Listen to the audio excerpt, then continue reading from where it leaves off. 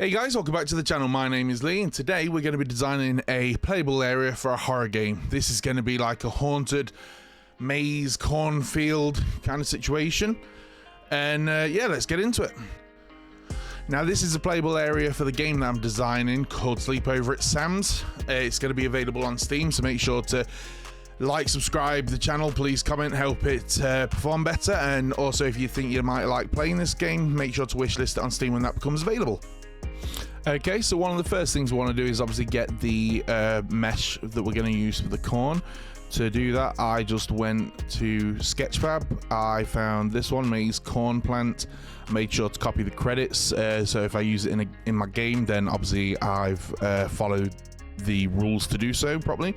Then I downloaded the correct one, opened it all up. Some of them don't work when you try and import them, so make sure you import the right one.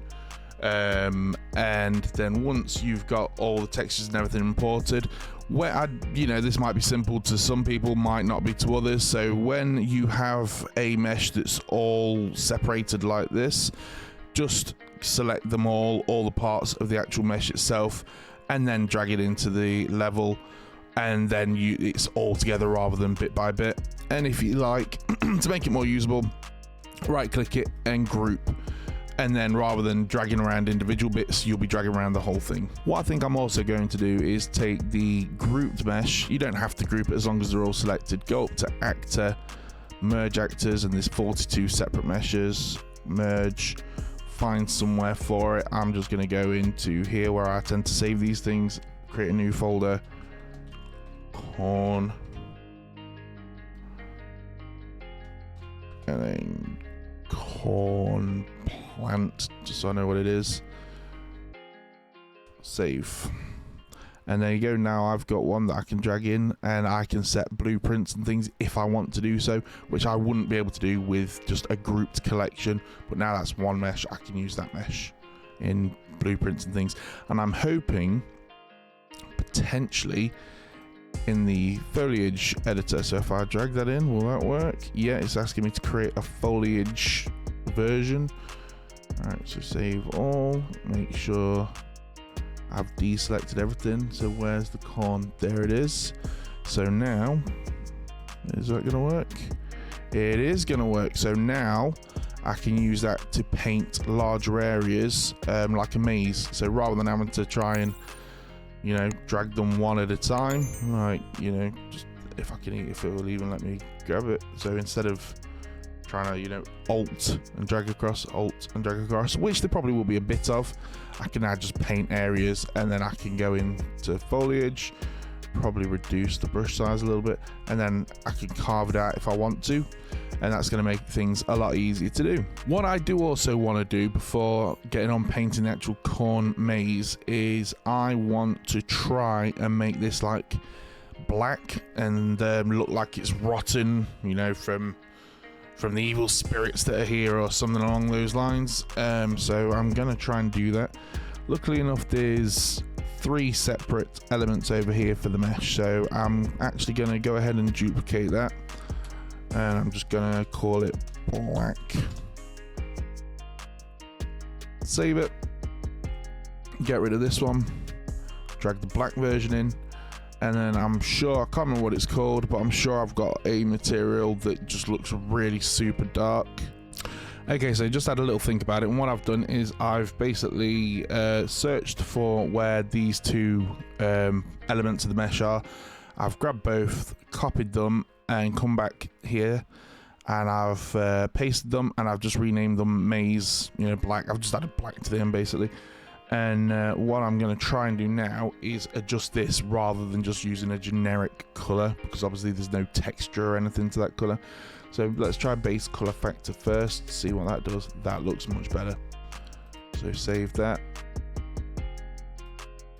Get back here, and then we need to drop it in. So that's maze black. That'll be that one. Yeah, that's better.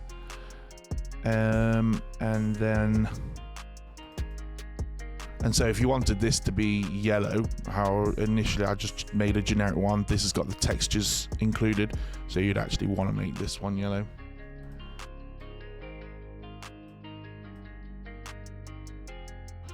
Well, it's not really that yellow, but a bit more yellow, and obviously you can play with that more, and then it looks more textured as well.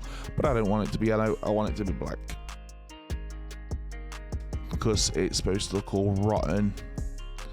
Yeah, that's better. I mean, ideally I'd like it to move, and I'd like it to move in the wind or when you brush against it. I'm not sure if I'm going to go into that much detail with this particular level at the moment, so I'm not super worried about it. But so my main concern is getting the level built up a little bit, and then I'll decide how I want to use it a little bit further down the line. So this one now is black, but we've just applied it here.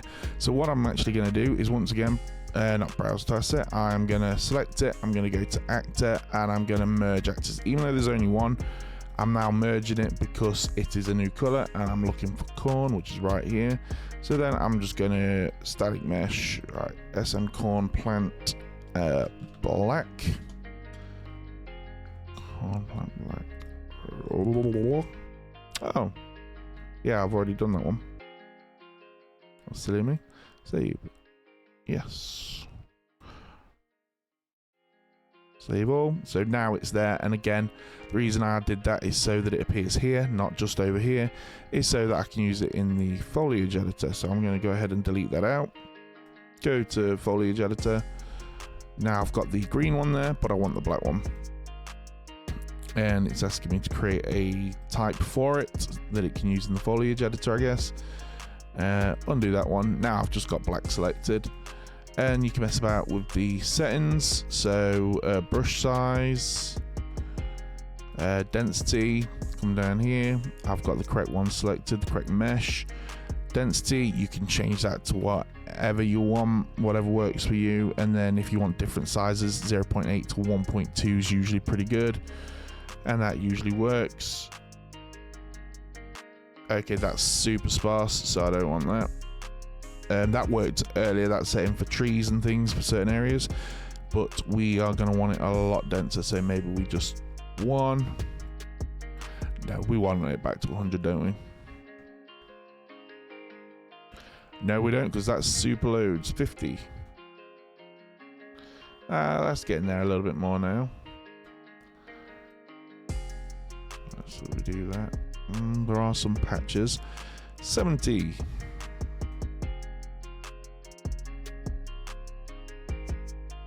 It's looking pretty good. I'm wondering whether or not we go 50 and then we just layer.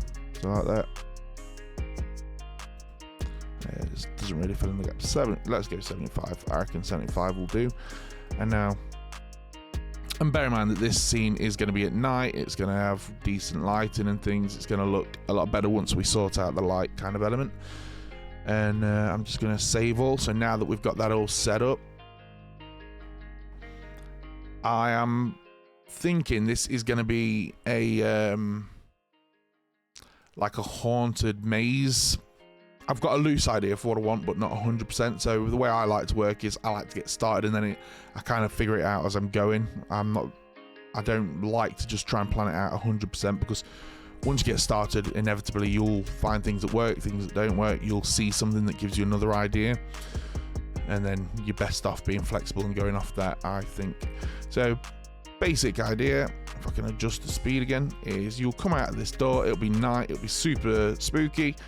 You'll see this off in the distance, there'll be some lighting, there'll be moonlight, and then there will be a big ass I can't probably say that kind of, there'll be a big maze, cornfield maze thing, and you'll have to find your way through it. Let's make this massive.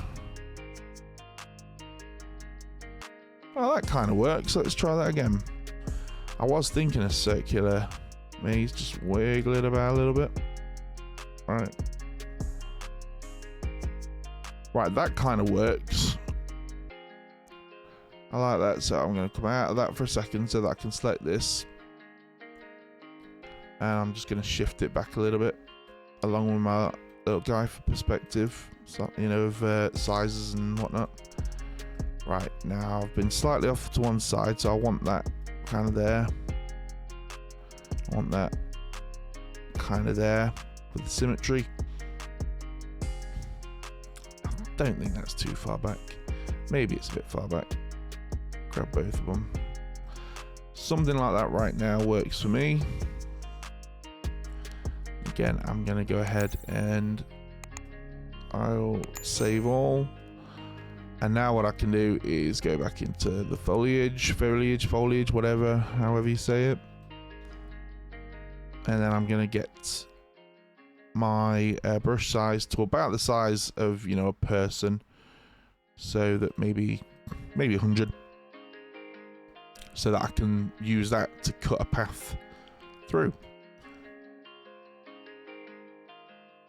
So I have just saved it here because, knowing me, this is going to take a few goes over until I'm happy with it.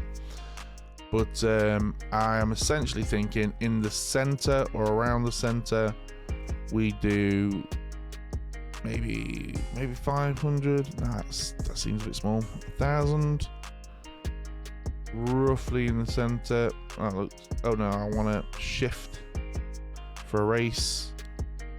There you go, that gives us like a central bit to do something with. Then what was it, about 100 for a person, did we say? I'm going off the door. Yeah, that seems fine. And now we can basically cut our paths through. So I'm just going to have a go at that. Again, this is going to be a lot of trial and error. Figuring out the best way to do this. So shift and work my way through it. Right, so I'm gonna go straight like that for a bit. Okay. Yeah, this is the difficult bit, trying to come up with a decent maze. Right, that's okay. But what I'm gonna do is just check that that does work.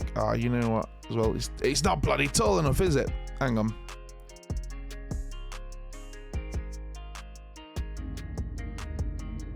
Ooh, maybe it is. Maybe we got away with that.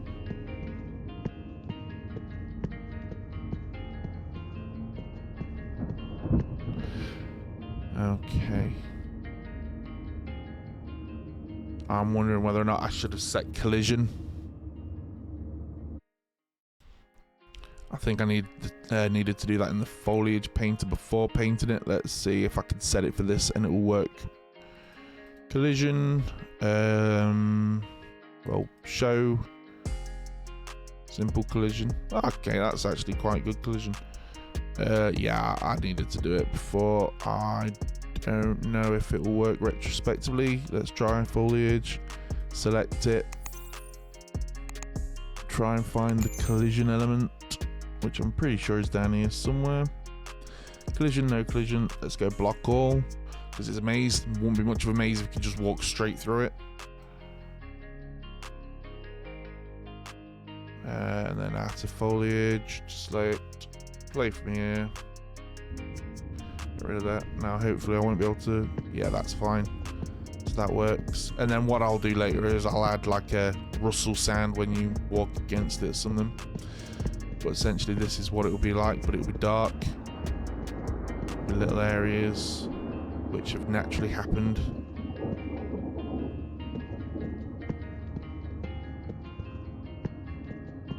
Obviously in the dark you'll probably have a flashlight, it will be difficult to tell what's going on. I've got to this bit and there's nowhere else to go. There's a little...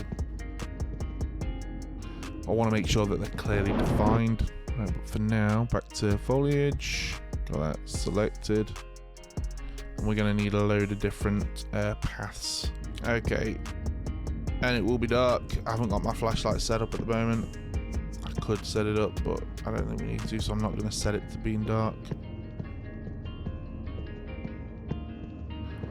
I do wonder if this is going to work out well enough. Might need to add some additional things to give more definition, or maybe just add extra corn along this edge so it looks very defined. So I may change the maze so that anyone that's watched this video and gets the game, it's not a spoiler, but this is how I'm basically going to set it up. Not really sure what I want to do with the center yet. Any ideas, please do drop them in the comments. Let's see how it would look in the proper lighting. Or near proper lighting. Right, spooky light. And what I'm going to do is just for testing. Shape, cube, I'll do that. And then I've got a flashlight somewhere. Okay, let's go again. 10th time's a charm. Play from here. Yep. Okay, grab the flashlight. Flashlight works. Then it's night, it's all spooky. Whether or not I'll put any rain, I'm not sure yet. Does look maybe a tad big for this section. Maybe the flashlight needs to be a bit brighter, because I cannot see a thing. And then obviously you'd have like ghosts rocking up or whatever.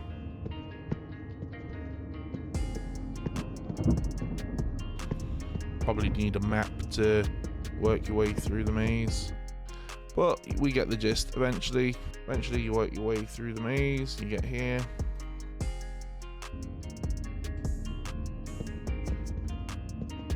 So I think we would come from this way. Big circle bit. Not sure exactly what to put in there yet. Something spooky, I imagine. I suppose scarecrow. I don't know. Some spooky ghost running about the place. Then I might add some lighting so in the dark you can see that there's a barn. Gives you an idea. You might want to work your way towards the barn. Not going to want my way through it right now, but you'd essentially go across that way, across here, around here, that way, and then let's play from here, shall we? No, don't want that. Play from here. So you'll find your way out. Old rundown barn. I'll add some lighting. Yeah, that's a good idea. I'll add some lighting to the maze. And at the moment this isn't really playable, it's just the model. Whether or not I want to make it playable, not sure. I suppose it makes sense. I have to think about what I want to happen in this level. Any ideas, please do drop them in the comments. But that's kind of all I really wanted to go over at the moment. I know not super exciting. I might add some more. I might add some lights and stuff. Let's see. I will do another video in addition to this one, because I think this one's already probably going to be reasonably long. So it's a good point that we stop at now, and I'll do another one where I'm adding more details. So if you're interested in that, make sure to keep your eye out for that. Like, subscribe, comment on the video. It will really help the channel out, and please make sure to keep your eye out for when it's wishlistable, the game Sleepover at Sam's, and do wishlist it. I'd love for you all to play it. It means the world to me. So thank you very much for checking out the video, and I will see you in the next one. Bye.